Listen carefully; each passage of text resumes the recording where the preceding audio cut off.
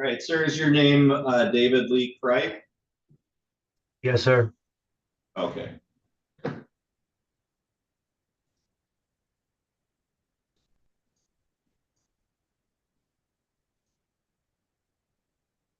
right, we'll go on the record now in People versus David Lee Cripe, file number 245293. I'm conducting this hearing today on behalf of Judge Hunter, who is the presiding judge over this case. The record should reflect that Mr. Cripe, the defendant, is appearing today by video from the Crawford County Jail. If I could have counsel put your appearances on. Sierra Cook on behalf of the people. Thank you, Your Honor. Richard Trush appearing on behalf of Mr. Cripe. Your Honor, I had an opportunity to discuss this with Mr. Cripe prior to the hearing. We'd waive a formal reading of the allegations. It's his intentions to admit both the violations that are listed in this warrant as well as the ones that form the underlying basis for the violation referenced in this warrant. So that would be 4 total violations. And we'd be prepared to admit that today. Okay. Just want to make sure we're all on the same page. So, all right, I see we have 2 separate warrants with 4 different allegations. Is that right, Mr. Church? Correct. Okay. Mr. Trush, is there any kind of offer from the prosecution or the probation department in terms of any potential sentence? So I did have some communication from Mr. McFalda where he had indicated that it was his intentions to recommend a short jail term and discharge. Okay. Mr. McFalda, is that correct?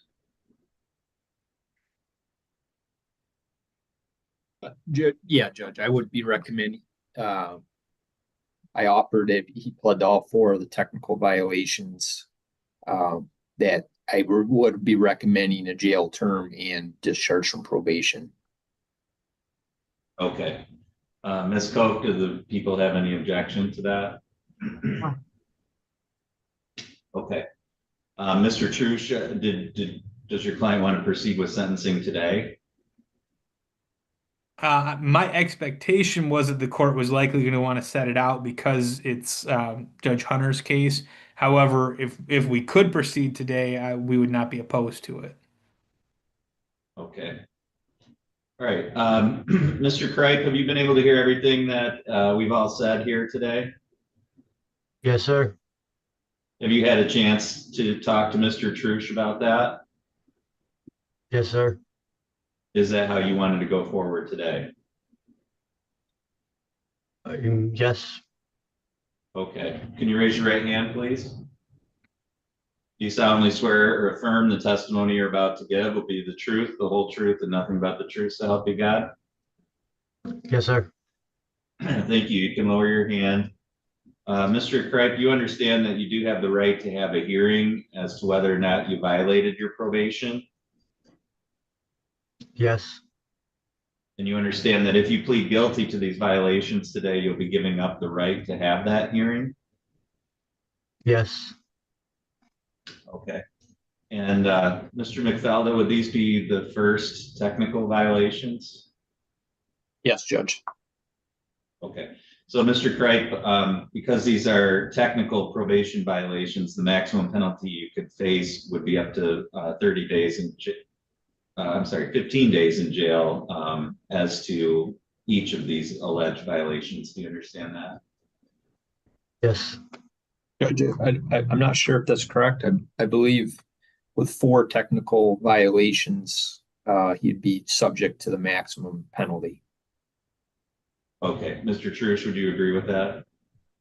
I thought that it was on the 5th one that you were subject to the maximum, but admittedly, I would probably have to look at the statute again. Okay. I'm going to rely on Mr. McFalda in terms of the maximum.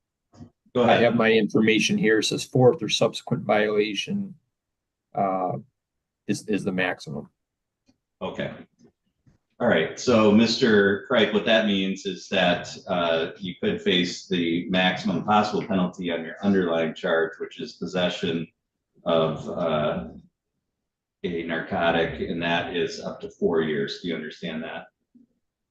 With that, So the maximum possible penalty you could face, Mr. McFalda, your agent, is recommending or going to be recommending some jail time, but you need to understand that the maximum possible penalty you could face is the same penalty for the charge that you're on probation for, which is possession, and that's a 4-year felony. Do you understand that? yes, Okay. With all of those things in mind, how do you want to plead to the alleged probation violations today? guilty. Has anybody threatened you with anything to get you to plead guilty? No, sir. Has anyone promised you anything other than what we've said here in court today? No, sir. Is it your own free choice to enter this plea? Yes, sir. Are you pleading guilty because you did violate your probation? Yes, Your Honor. Okay, so starting back between May and the beginning of July of this year, have you been on probation in Crawford County? Yes, And were you aware that one of the conditions of your probation was that you were to not use any controlled substances unless they were prescribed to you by a doctor? yes, sir. And in May and June of 2025, while you were on probation, did you use methamphetamine? Yes, sir. Did you have any legal right to do that, or was that prescribed to you in any way? No, sir.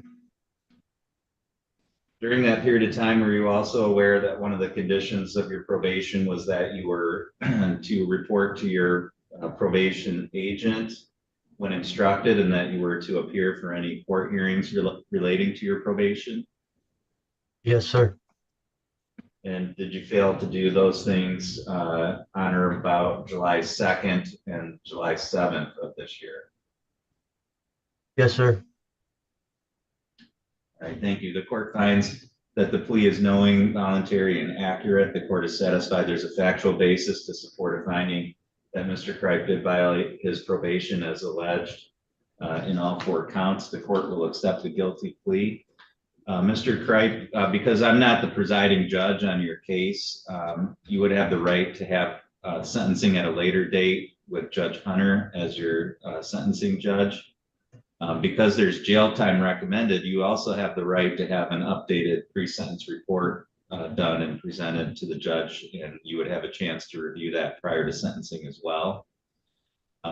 If you wanted to exercise those rights, and I would set this for sentencing on a later date, you can waive those things and have sentencing here today.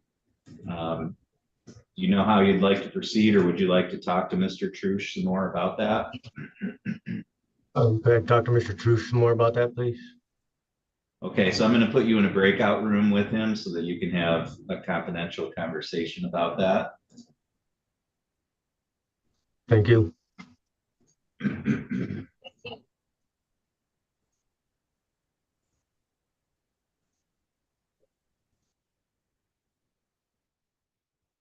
everyone else can just remain on the line while they talk.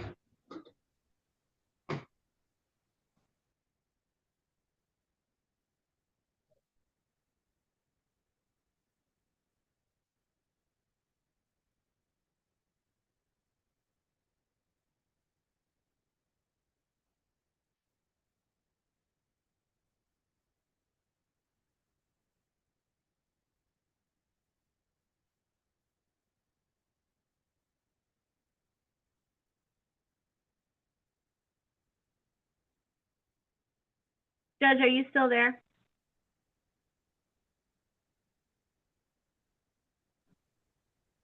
But we are broadcasting to YouTube, just FYI. Yep, that's okay. If he is sentenced today, because he's not in the courtroom, I can prepare his paperwork and get that to the jail for him to sign. Okay, thank you. Yep, thank you.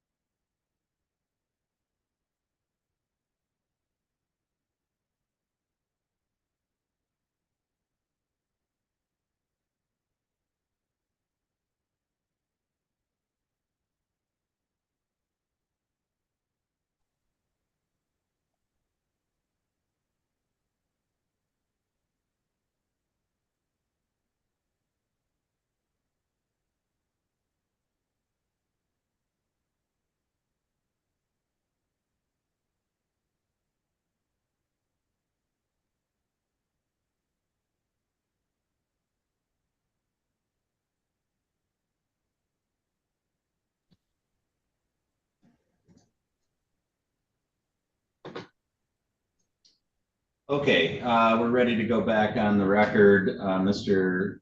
Cripe, did you have an opportunity to speak with Mr. Trush? Yes, Your Honor. Okay, Mr. Trush, how did we want to proceed?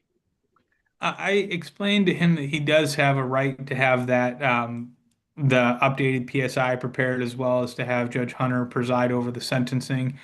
But I discussed with him the potential benefits and potential drawbacks of that. At this time, we'd be prepared to proceed forward with sentencing today and waive those rights. Okay, Mr. Cripe, is that correct? Yes, Your Honor. Okay, all right. Mr. McFalda, what is your recommendation for sentencing today? Judge, uh, with that, I would recommend 45 days additional jail, in discharge from probation without improvement, with all costs and assessments remain preserved. I did want to point out, Mr. Crick did have one prior violation earlier in his probation term that we ended up dismissing after he, got back in compliance. So this really is a second violation, although we did dismiss the first one. He's been supervising Muskegon County, so I haven't had a lot of contact with Mr. Cripe himself, but that's my recommendation, Judge. How many days of credit does Mr. Cripe have? So he So we picked him up yesterday, so I know he was arrested down in Muskegon County, I believe, on the 19th or the 19th. So I would say 5 days jail credit, Judge. Okay, Mr. Truce, is that correct? So he reported to me that he was arrested on Friday, the 18th. So I think there would be an additional day of credit if that's accurate. Okay. All right, Mr. McFalda, do you have any? Is there any way that we No, can? that sounds right, Judge. I couldn't remember if it was the 18th or 19th, but if he says it's 18th, I believe that. Okay, all right, thank you. Ms. Koch, on behalf of the people, do you have anything to add aside from what Mr. McFalda's had to say? No, he's covered it. Thank you. Thank you. Mr. Truce, anything on behalf of Mr. Cripe?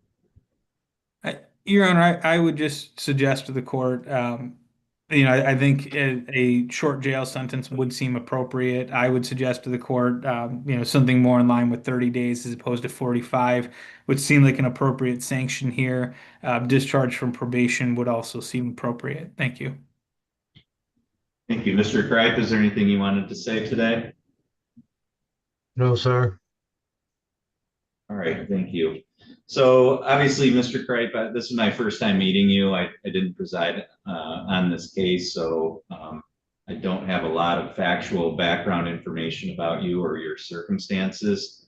So in terms of what I view as an appropriate sentence here, I'm going on what Mr. McFalda's had to say and what Mr. Truce has had to say, as well as just the nature of the violations here and your underlying charges.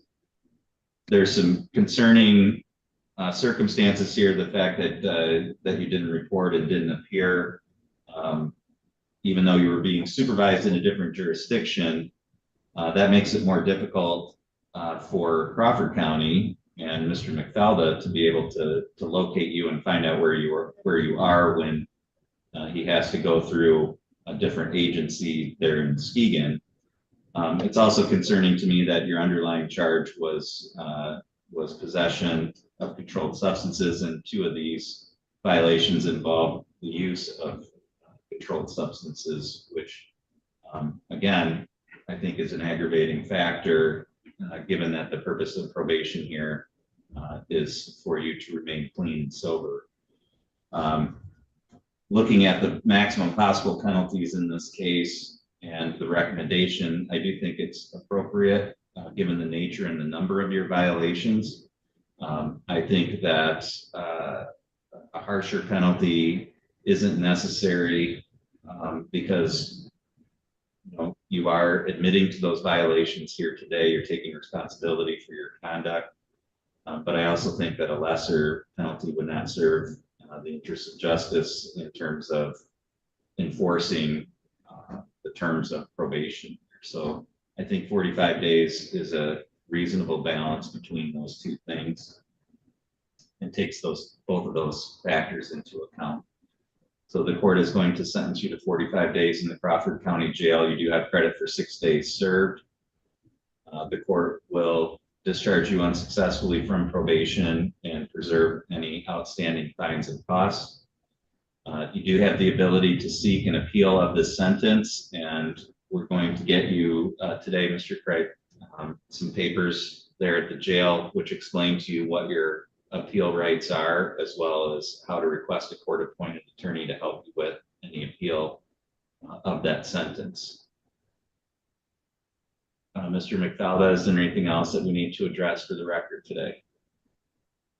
No, Judge. Mr. Truce? No, Your Honor. Thank you. All right. Thank you, Mr. Craig. You're remanded to the custody of the county at this time, and all parties are free to disconnect.